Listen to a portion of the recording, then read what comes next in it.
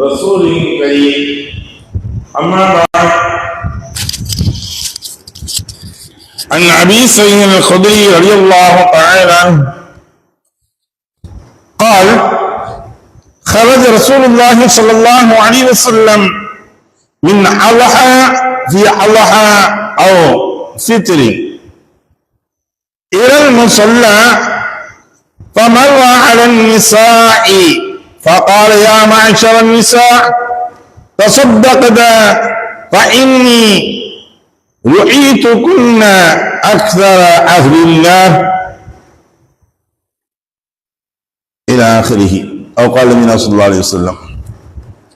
அருமைக்குரிய சகோதரர்களுடைய பெரியவர்களே, இன்று நாம் பார்க்கக்கூடிய பாடம் பெண்கள் அதிகமாக இருக்கக்கூடிய நாளை மறுமையில் இருக்கக்கூடிய இடம் எது, அதிலிருந்து அவர்கள் என்ன செய்ய வேண்டும் என்பதை பற்றித்தான் பார்க்கக்கூடிய பாடமாக இருக்கின்றது.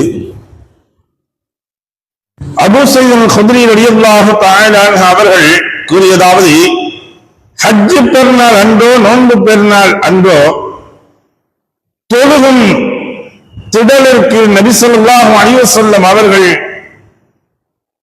சென்று கொண்டிருந்தார்கள். அப்பொழுது சில பெண்களுக்கு அருகே அவர்கள் சென்றபோது, பெண்கள் சமூகமே தான தர்மங்கள் செய்யுங்கள், காரணம் நரகவாசிகளில் அதிகமாக இருப்பது நீங்கள் தான் என எனக்கு காட்டப்பட்டது என்று கூறினார்கள். உடனே அவங்க, அல்லாஹ்வின் தூதரே ஏன் என்று அப்பெண்கள் கேட்டனர். அதற்கு, நீங்கள் அதிகமாக சாபமிடுகிறீர்கள், கணவனுக்கு நன்றி கெட்டவர்களாக இருக்கிறீர்கள், மார்க்க கடமையும் அறிவும் குறைந்தவர்களாக இருந்து கொண்டு மன உறுதியான கணவன் புத்தியை மாற்றிவிடக்கூடியவர்களாக உங்களை விட வேறு யாரையும் நான் காணவில்லை என நபி ஸல்லல்லாஹு அலைஹி வஸல்லம் அவர்கள் கூறினார்கள்.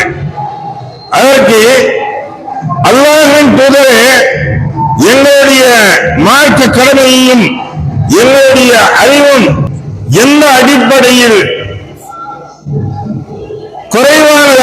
குறைவாக உள்ளன என்று பெண்கள் கேட்டனர்.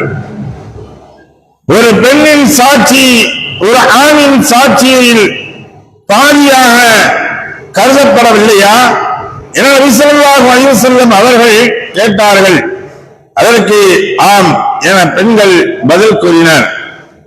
அதுதான் அவர்கள் அறிவு குறைகின்றவர்கள் என்பதை காட்டுகின்றது.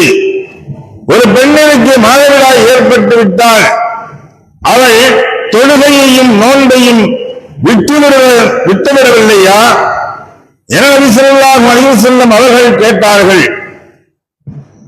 அதற்கும் ஆம் என பெண்கள் பதில் கூறினர். இதுதான் பெண்கள் மார்க்க கடமையில் குறைவானவர்களாக இருக்கின்றனர் என்பதற்கு ஆதாரமாகும் என்று நபி ஸல்லல்லாஹு அலைஹி வஸல்லம் அவர்கள் கூறினார்கள். அருமைக்குரிய சகோதரர்களே, பெரியவர்களே, இந்த இரண்டு விஷயங்கள் முக்கியமாக ரசூலுல்லாஹி ஸல்லல்லாஹு அலைஹி வஸல்லம் சொல்லக்கூடிய விஷயங்களில் இவர்கள் சபிக்கக்கூடியவர்களாக இருக்கின்றார்கள். முதன்மையாக சொன்னார்கள், இவர்கள் சபிக்கக்கூடியவர்களாக பெண்கள் அதிகமாக இருப்பதனால் நான் நரகத்தில் பார்க்கின்றேன். ஏன்னா ஏதாச்சும் எடுத்த உடனே சாபத்தை விடக்கூடியவர்கள் சபிக்கக்கூடியவர்களாக ஆயிடுவாங்க. அடுத்தபடியாக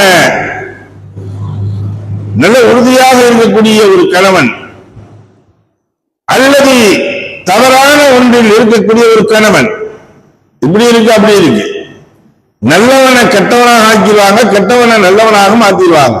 ஒரு பெண் நினைத்தால் ஆணை எப்படியும் திருப்ப முடியும். அவர்கள் பல்வேறு மந்திரங்கள் இருக்கின்றது. தலையணி மந்திரங்கள், வசீக பேச்சுக்கள், இதெல்லாம் பெண்களினால் அல்லாஹ் கொடுக்கப்பட்ட ஒன்று அவர்களுக்கு, ஆண்களை மாற்றுவதற்குரியது. இப்படி நல்லவர்களாக மாற்றுவதை விட அவர்கள் வழிதவரை செல்வதற்கு இவர்கள் ஒரு காரணமாக இருந்து விடுகின்றார்கள். அவர்கள் புத்தியுடையவர்களாக இருந்தாலும் கூட அவர்களுடைய புத்திகளை மனுமளிக்கக்கூடிய செயல்களை இந்த பெண்கள் செய்து விடுகின்றார்கள். நல்ல மனுஷனா இருப்பான், நீ என்னத்தை செஞ்ச, என்னத்தை இது செஞ்ச, ஒன்றை இத்தனை வருஷ காலமாக 25-30 வருஷ காலமாக வாழ்ந்து என்னத்தை கண்ணே, ஒரே வார்த்தைகள். இதில் அவனுடைய மனங்களை சுக்குநூறாக உடைக்கப்பட்டு அவனுடைய எண்ணங்களை தவறான எண்ணங்களுக்கு வரைக்கு கொண்டு செல்வதற்குரிய காரணமாக இந்த பெண்கள் அமைந்து விடுகின்றார்கள்.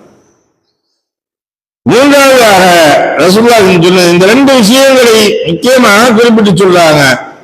அப்ப இவங்க கேட்கக்கூடியது யாரு சொல்லலாம், நாங்க எப்படி புத்தியிலேயே அறிவிலேயே நாங்கள் குறைவானவர்களாக இல்லா இருக்கோம்னா, அல்லாஹ் உங்களுக்கு சாட்சிகள் ஆணுடைய உங்களுடைய 2 சாட்சிகள் ஆணுடைய 1 சாட்சிக்கு சமம். 2 பேரும் சாட்சி சொல்லணும். இது வச்சிருக்காங்க. ஏன் தெரியுமா அப்படின்னா, உண்மைதான், அவர்களுக்கு மறதிகள் அதிகம். பெண்களுக்கு உடனடியாக மறந்து விடுவார்கள்.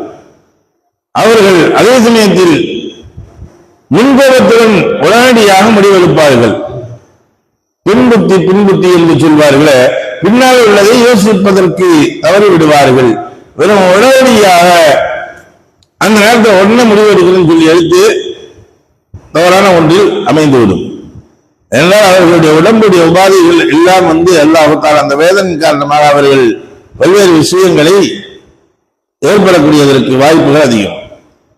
அதனால உங்களுடைய சாட்சிகளை எப்படி ஆக்கியிருக்கா, உங்களுடைய தொழுகைக்கு அல்லாஹ் தஆலா அந்த இடத்துல தொழுகை நோன்புகள் தொடர்ச்சியாக ஒரு ஆண் விடாமல் வைக்க முடியும், தொழ முடியும்.